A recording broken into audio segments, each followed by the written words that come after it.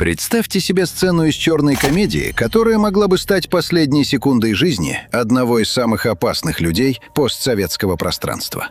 Сербия. 2 месяца назад. Из ресторана после воровской сходки выходит криминальный генерал Ульфат Тагиев, известный всему преступному миру как Руфо Генджинский. К нему подбегает киллер, направляет пистолет в упор, нажимает на спуск. Осечка. Жмет 2-й раз. Снова осечка. А дальше происходит то, во что трудно поверить. Несостоявшийся убийца в панике убегает, а за ним гонится сам вор в законе со своей безоружной охраной, на весь Белград покрывая киллера отборным азербайджанским матом.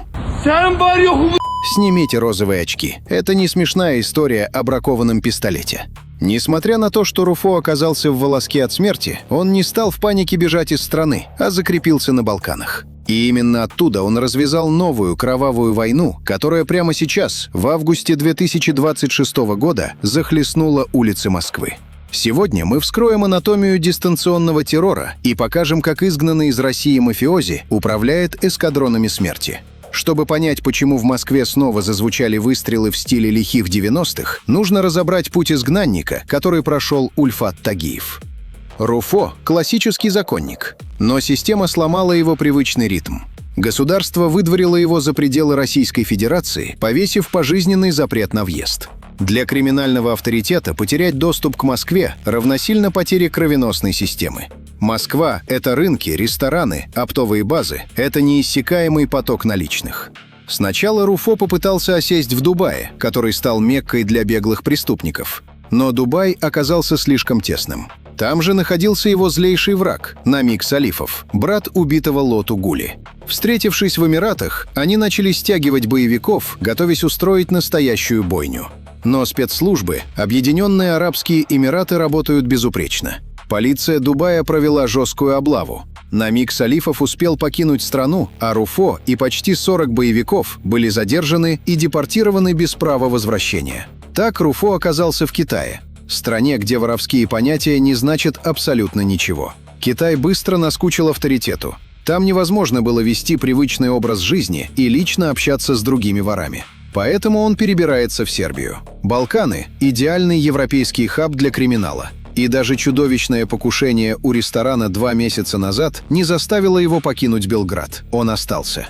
Но возникла главная проблема. За время этих глобальных странствий финансовая империя Тагиева начала рушиться. В Москве коммерсанты начали забывать имя вора в законе. Бизнесмены рассуждали просто: зачем платить дань человеку, который физически не может приехать в Россию? Финансовый поток иссяк. Империя Руфо оказалась на грани банкротства. У мафии нет отдела антикризисного управления. У мафии есть только террор. Чтобы вернуть свои деньги и профинансировать свою безопасность в Сербии, Руфо решает напомнить столице о своем существовании. Ему нужно было громкое, показательное шоу. Если босс не может приехать сам, за него скажут пули его боевиков. 7 августа. Москва. Район Марфино. Возле гипермаркета «Ашан» боевики Руфо назначают жесткую стрелку тем бизнесменам, которые посмели отказаться платить в общак и ушли под новую крышу. Диалог закончился, не начавшись. Прямо на парковке вспыхивает массовая драка, которая мгновенно перерастает в перестрелку и голливудскую погоню на автомобилях. Полиция задерживает лишь одного из подручных Руфо – Алихана Яндиева. Остальные растворяются в мегаполисе. Но это была лишь разминка. Спустя всего 5 дней, 12 августа, выстрелы звучат уже в самом сердце Москвы, недалеко от элитного ресторана «Левантин» в Лотте-Плаза. Незадолго до этого к совладельцу заведения, Шейгу Сулейманову, наведались эмиссары Руфо. Требование было коротким – сделать отчисление в общак. Сулейманов ответил отказом. Автомобиль ресторатора был безжалостно обстрелян. Это было не покушение на убийство. Это была публичная казнь иллюзии безопасности в центре столицы. А теперь давайте разберем анатомию этой ситуации и выделим 3 главных инсайта. Инсайт 1. Полная цифровизация криминального террора. СМИ часто удивляются, как человек, безвылазно сидящий в Сербии, может устраивать перестрелки на Новинском бульваре. Ответ пугает своей простотой.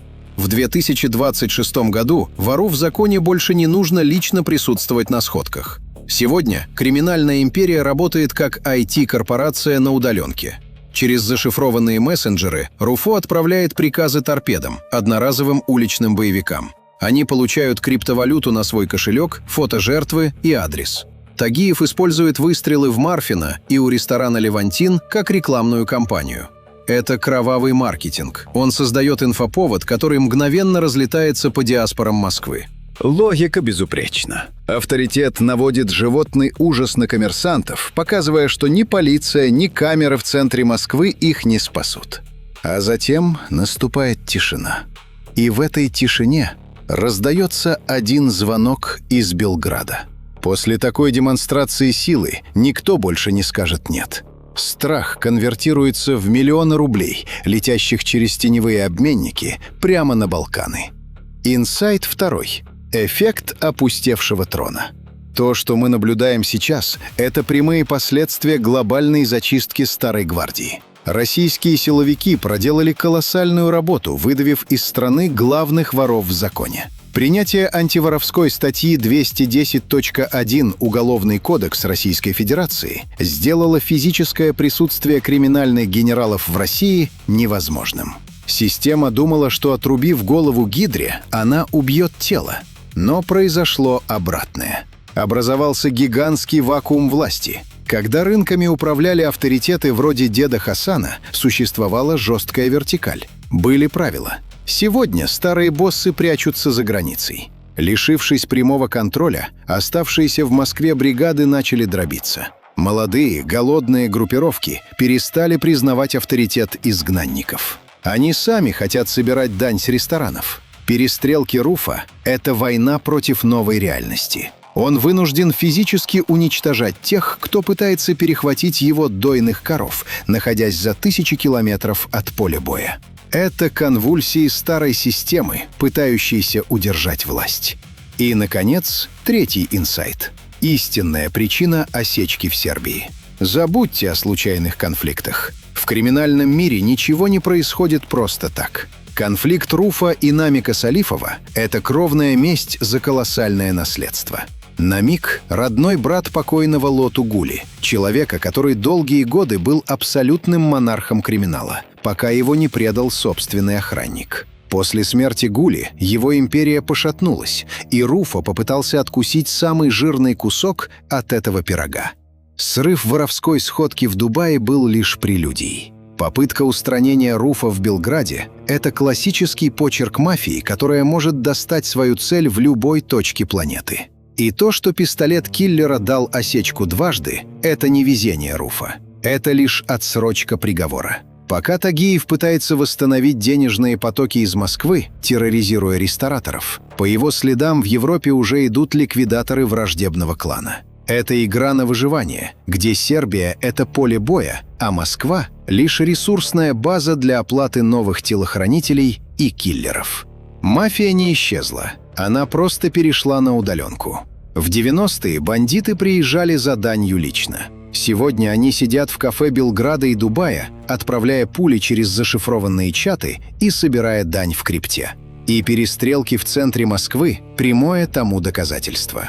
Государство выдавило боссов за границу, но их щупальца все еще крепко сжимают горло бизнеса. А как считаете вы, сможет ли Руфа Гинжинский удержать контроль над московскими рынками из Сербии, или пуля от клана Намика Салифова настигнет его быстрее? Пишите ваше мнение в комментариях, я читаю каждый из них. Если вы цените глубокую аналитику криминального мира, без мифов и телевизионных сказок, ставьте лайк, подписывайтесь на канал Crime Time.ru и обязательно жмите на колокольчик. Ваша активность — это единственный способ пробить алгоритмы и показать людям правду.